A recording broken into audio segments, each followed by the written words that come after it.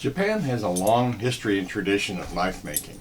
Their knife making industry goes back hundreds of years. There are cities in Japan where the main industry in those cities is nothing but knife making. It's a huge thing in Japan.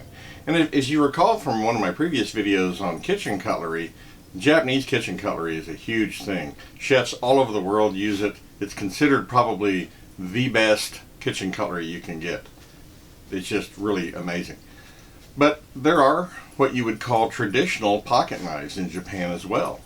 The Japanese have a couple different traditional pocket knives that were commonly used in Japan, and so despite some of their pretty restrictive knife laws, those designs remain pretty popular, and they've become popular in other parts of the world. But Japanese traditional knives are much different than what we expect in the West. They look different, they're made differently, the materials are different. So we want to unpack some of that. We're going to put some knives here on the table, on the workbench, and take a look at those so you can see those. If you would, please click on the like and subscribe buttons, and let's get started. These are a couple of very popular styles of traditional Japanese pocket knives. The first and the most affordable is the Higonokami. It's a simple friction folder. There is no spring or anything. It's just very simple. You notice that it's got this one, particular one, has an engraving of a samurai soldier on it, and then it's got some of the markings on the side. The actual manufacture of these started around 1894. Some articles say 1896, but in that time frame, as the end of the samurai was, happening, the bladesmiths, the swordsmiths that made samurai swords, didn't have any work to do, and so they started making other kinds of knives. And one of those swordsmiths started making and designed the Higonokami. And the Higonokami has become very popular over the years. There was a time when, every Japanese school child took one of these in their pencil box or whatever they had when they went to school to sharpen pencils. You didn't have a pencil sharpener in the classroom like we do here in America. Every kid had a knife, and you could sharpen your pencils with it. There were some other Japanese knives made specifically for pencil sharpening that were shaped like fish or whales or different things. They're pretty kind of unique, but the Higonokami is very popular. Now, these are very simply made. You notice that the handle is just folded over sheet metal. It's not anything fancy at all. The blade, I think since this was designed by a swordsmith, I think this is made to, the sweep of it is kind of made to remind one of a samurai sword. That's just conjecture, but it certainly has that look. These are kind of what you'd call a Horncliffe blade, or maybe a reverse tanto, in that you've basically just got the slightly curved edge and then this slashed or cut off point here. So it's a very simple design. Traditionally, these are made of Orikoma steel, which means they're laminated. You can see here that there is a different layer in the middle. So there's cladding, or two layers on the outside, layer on each side of softer steel, and then the center layer is a much harder steel. Now, typically Japanese knives are made from one of two different kinds of, traditional Japanese knives are made of one of two different kinds of steel. There's white steel or white paper steel, and blue or blue paper steel. Now, those names you'll see commonly used with kitchen cutlery like this, and you can see this is another one that's laminated. This one is white paper steel. It's a number 2 white paper steel. So in white paper steel and blue paper steel, there's different grades. There's number 1 and number 2, and in blue paper steel, there's a super grade also. And what those have to do with is the composition of the steel, and how brittle they are, how hard they are, how tough they are. So with knives, typically in the blue steel is considered superior in some ways than the white steel. The blue steel has the addition of chromium and tungsten. So the blue steel, this knife is made of blue steel number 2. It has a little bit better edge retention. It's a little tougher, a little more wear resistant than the white paper steel. But the white paper steel is said by some to maybe be able to be made a little sharper. But it is not as not quite as tough. The differences in practical use are very minimal. I mean, it's frankly, I've had white paper steel kitchen cutlery and blue paper steel, and I don't really notice that much difference in performance. These are similar to a Scandi grind in that they are ground all the way to the edge, but there is, on most of these, there is a tiny micro bevel right at the edge. And the reason for that is the angle of this is very shallow. And on a steel as hard as this, these are typically hardened much more than knives made, in America or in other parts of the world. These can be, Rockwell 63 or 64 pretty commonly. And if you make one of these, so you grind one of these so that it's like a Scandi grind where it goes all the way to the edge, you can end up with a fairly brittle edge. And I'll show you some other examples of why that can be so with Japanese cutlery. But the Higonokami is just a simple design. You've got this little piece on the back here called a chikiri. But this little thumb lever is what you can use not only to open the knife, but you can use it to hold the blade open. Of course, if you're cutting with the knife, then just the action of cutting is forcing it closed. And like any pocket knife, you never want to stab with one of these because that's how they'll, if you try to push the knife into something, that's how they tend to fold up on you. But if you use one of these carefully, you should, you're in no real danger of cutting yourself from it folding up. Now, the blade is, like I say, really kind of unique. Got this hammered finish, then this laminated steel. And the Japanese believe, you'll notice this on a number of Japanese knives, that they have either the scale from the forging left on the blade, or they have put this hammer tone kind of finish on it with scale left in that hammer tone finish. You can see it on this one too. The Japanese believe that this scale protects the sole of the blade. So in traditional Japanese cutlery, you'll see this. Now, more modern Japanese kitchen cutlery, certainly, and even modern Japanese fixed blade and pocket knives, that are made of stainless steel, obviously you don't see this anymore. But those made of carbon steel, that's pretty common. Not always, but it's common. Now, Japanese knife making is, like I say, it's a huge thing. And, even starting back in the 60s and 70s, this is an old Saber made in Japan pocket knife, probably made in the 60s or 70s. They were making knives even for sale in America back then. And most of you are familiar with Spyderco. This is a Delica 4, and if we could get this close enough, you would see that it actually says, if we can get it so it shows it in the light, it says Seiki City, Japan on here. So the Delica 4 is made in Japan for Spyderco, and Seiki City and Miki City are both cities that have a huge focus on knife making. So the Delica 4 is made in Japan. So like I say, Japanese knife making is a huge thing. So interesting thing about the Higonokami, when these were first being made, they became so popular they were being made by a lot of different companies in Japan, and there was some question of some of these companies not producing a product that was good enough quality to use the name Higonokami. So in 1899, a guild was created that was the Miki Knife Manufacturers Association, if you translate it to English. And that guild set standards for the making of these Higonokamis. And then in 1910, they trademarked the name Higonokami. And so if you were not a member of that guild, you could not call your knife a Higonokami. You could call it a Higo-style knife or something like that, but you couldn't actually call it Higonokami. Today, there's only one company that remains part of the guild. And that company, you'll see their knives very frequently made. This is one of those. The Nagao family, Nagao, is the remaining family that is members of the guild. I think Mitsuo Nagao is the president.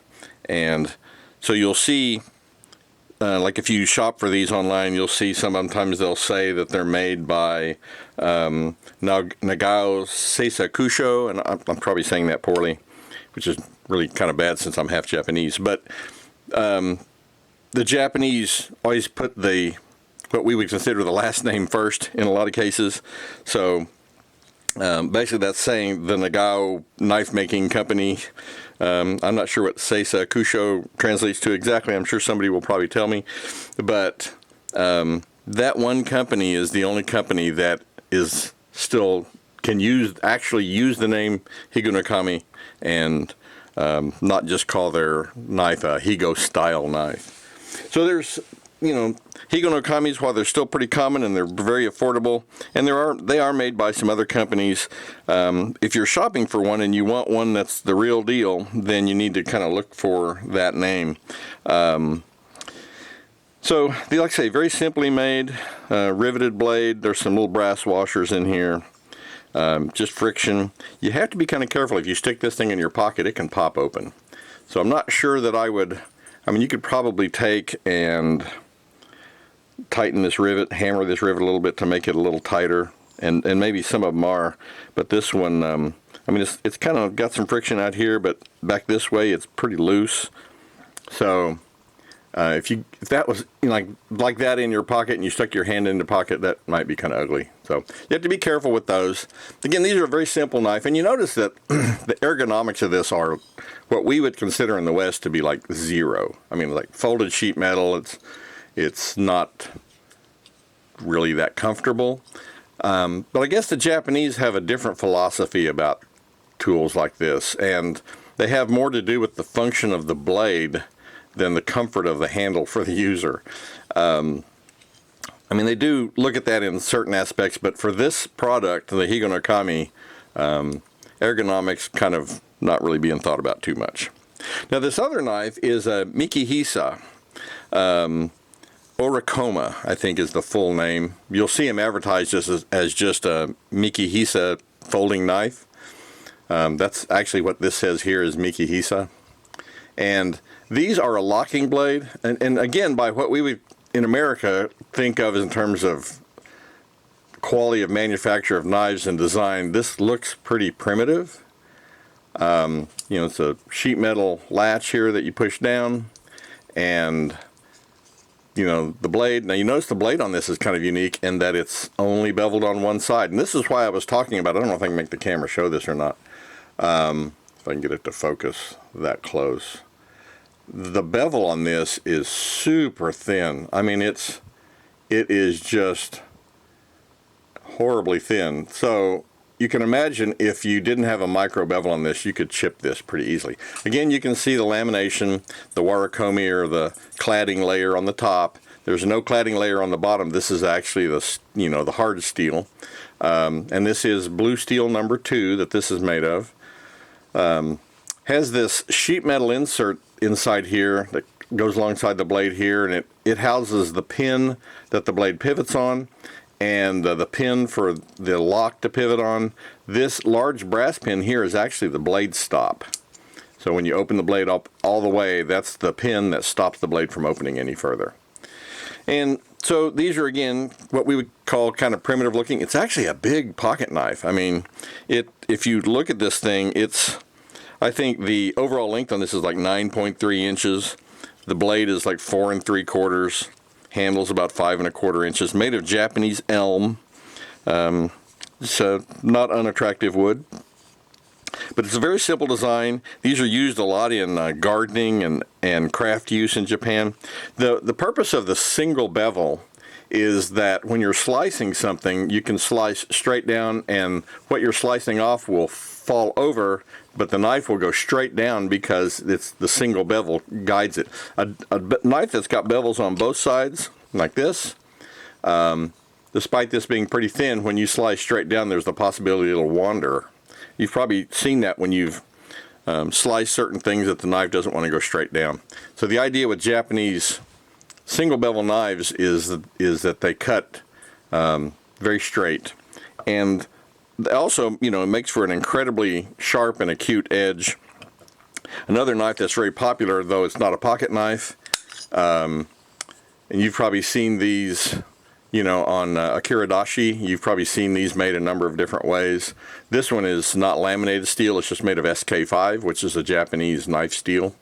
This is kind of like a modern X-Acto knife. This is what they would often use, and we might go buy an X-Acto knife. This is what the Japanese would commonly use for craft work. and this has a little kind of wood-looking plastic cover or sheath.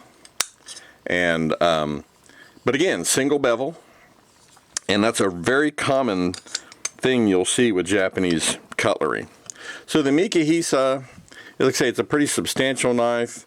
They're not as inexpensive as the Higonokami. You can get these real Higonokamis made of blue steel for about $25. You can get them made with non-laminated steel, probably it's SK5 or something, for around $15. But if you want the real experience of how crazy sharp a Japanese knife can be, go ahead and get the blue steel, the Higonokami, made, you know, with the right stuff. This Mikihisa, they run in the upper 40s for a single bevel, and they make a dual bevel. You know, it's beveled on both sides. Version of this that's a little over $50. I'll put links in the description for some of these so you can go look at them or purchase them if you want. I also found this version of the Mikihisa, and you can get it online also. I'll put a link to it. It's very inexpensive. It's like $15. It looks exactly the same. It's not laminated steel. It's just single, you know, steel. And though it looks like a Japanese knife and even has Japanese writing on it, it's actually made in China. And this is, you know, it's a very similar copy. You notice there's some differences. This little piece of sheet metal up here is a little bit different. The pin for the latch is exposed where it's not on this. It's a little bit different. And actually, functionally, it works pretty well. And these are really inexpensive. Like I say, I'll put a link in the description. You can get these for around $16. So if you want to try out the design without spending much money, you could do that. And again, it'll give you similar performance. They say in the advertising that this is a Japanese, special Japanese steel.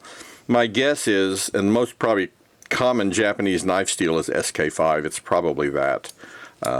I've used this a little bit. It seems to hold an edge pretty well. So, you know, if you don't mind it being made in China, when you're trying to get the Japanese experience, well, then there's that option. But this, these Japanese knives kind of represent the traditional pocket knives you'd find in Japan, folding knives. And of course, in Japan today, you can get all kinds of knives very similar to what we have here in the West, and they make some beautiful cutlery. If you haven't ever gone to some of these Japanese manufacturers' websites, they're kind of a little tricky to figure out who's who when you start searching for Japanese knives. And when you search for Japanese knives, first you're going to find all kinds of kitchen cutlery, and that's about all you find. But if you search for Higonokami, or if you search for Miki, it's M-I-K-I, H-I-S-A, Mikihisa knife, then you can find these. If you also search for Japanese hunting knife or something like that, or Japanese folding knife, you can find some more modern Japanese knives. But these are the kind of traditional pocket knives in Japan. And again, the Higonokami is probably, this is kind of like Japan's Barlow, I guess, if you will. So, you know, you can see that the Japanese cutlery is much different from what we have in America. It looks different, it functions differently. It's, some would say, not as elegant in terms of the overall design, but then some would say the sophistication of the blade construction is much more elegant, or maybe more sophisticated. The laminated steel, the single bevels, just the way that they make knives is really unique. So if you've never had a Japanese pocket knife or a Japanese knife, I really recommend getting one, even if you just get one of these little Higonokamis and play around with it and explore. You know, these things, like I say, are just crazy sharp. And so is the Mikihisa, being single bevel, and it's such an acute angle that these things just, when you feel how sharp they are, it's almost scary feeling how sharp they feel. And they cut really well. So the cutting performance of these is excellent. But you do have to keep in mind you're talking about a very thin angle, a very acute angle, and very hard steel. So if you start chopping into something really hard, you can chip these. These are, you know, Japanese craftsmen are very careful about how they use their tools. And so if you try to abuse one of these, like you might do with some American knives, you'll be disappointed because you will chip one. Anyway, so that's Japanese traditional pocket knives. If you haven't tried one of these, it might be worth a look. Well, there you go. Traditional Japanese pocket knives. They really do look different. They are made different. They function differently than what we have here in America. But still, I think, especially as affordable as these are, they're really worth taking a look at, maybe giving one a try, because, you know, it's an experience to use these things that you can't really get any other way. So anyway, I hope that was interesting. If you have any thoughts or questions, please don't hesitate to leave me a comment. I always love hearing from you. And as always, thanks for watching.